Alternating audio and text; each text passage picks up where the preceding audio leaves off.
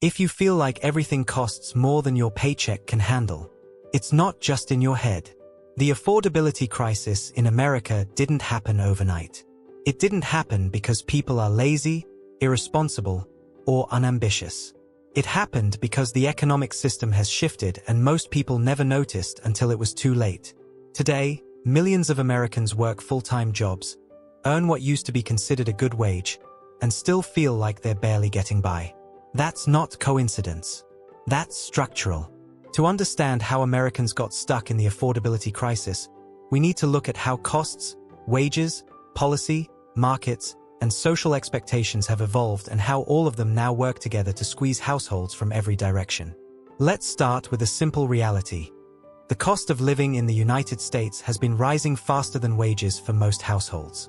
In 2024, a new report showed that the cost of a basic but secure American life, including housing, food, childcare, transportation, healthcare, and more, rose by 4.4%, outpacing the growth in median weekly earnings for full-time workers.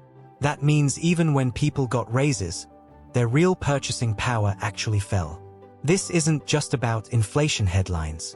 Traditional inflation measures like the Consumer Price Index, CPI, often understate how much actual living costs have increased, especially for essentials. When economists measure the true cost of living, including housing and childcare, they find much steeper increases than what people feel in their everyday lives. In practical terms, this means the money you earn buys less than it used to. And when that gap between cost and income persists year after year, families start to feel stuck. One of the biggest drivers of the affordability crisis is housing. Whether you rent or own, housing costs now take up a much larger share of your income than they did a generation ago.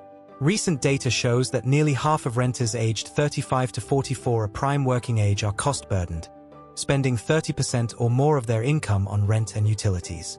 And nearly a quarter of those renters are severely cost-burdened, spending half or more of their income on housing.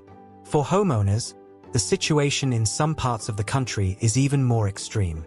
In major urban markets like New York and California, homeownership costs can consume nearly or more than 100% of typical wages, meaning the average wage earner can barely afford to buy a home without sacrificing everything else. When housing takes up so much of your income, there's less left for food, healthcare, transportation, savings, emergencies, or anything else that matters. That's why so many Americans feel like they're running on a treadmill, working hard, earning money, but never getting ahead. You've probably heard people say wages haven't kept up with inflation. The truth is a bit more nuanced. Nominal wages have risen in recent years, but the real value of those wages, after accounting for rising costs, tells a different story. In the early 2020s, inflation surged while wage growth lagged, meaning workers effectively took a pay cut in terms of purchasing power. Even when inflation cooled, the memory of that period lingers because many families never fully recovered. And even when wages grow, they don't grow evenly. Higher-earning professionals in tech, finance, and healthcare may see significant increases, while middle and lower-income workers experience much smaller gains. That disparity widens the gap between those who can afford essentials and those who cannot. When wage growth fails to match the cost of living, especially for essentials like housing and healthcare, people feel poorer, even if their paycheck number looks higher than it did 5 or 10 years ago. Inflation is often talked about as a single national number, but the lived experience of inflation varies widely across income groups. Research from the Bureau of Labor Statistics shows that lower-income households have faced higher inflation rates than higher-income households over the past 2 decades. That means the people who can least afford it are hit hardest by rising costs. This matters because essential costs, rent, food, healthcare, transportation, make up a larger share of spending for lower and middle-income families. When those prices rise faster than incomes, the impact is immediate and painful. As costs rose and wages stagnated, many families turned to debt to bridge the gap. Credit cards, student loans, auto loans, and medical debt became common tools for covering everyday expenses. Debt can feel like a lifeline in the short term. It allows you to pay for something you can't afford today, but it also acts like a hidden tax on your income. Monthly debt payments reduce the money available for essentials, savings, and emergencies. They create a cycle where you have to borrow more just to stay afloat. This debt cycle doesn't just strain budgets, it shapes behavior.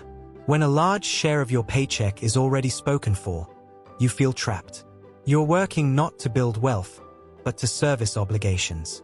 Part of the reason housing costs have risen so much is supply.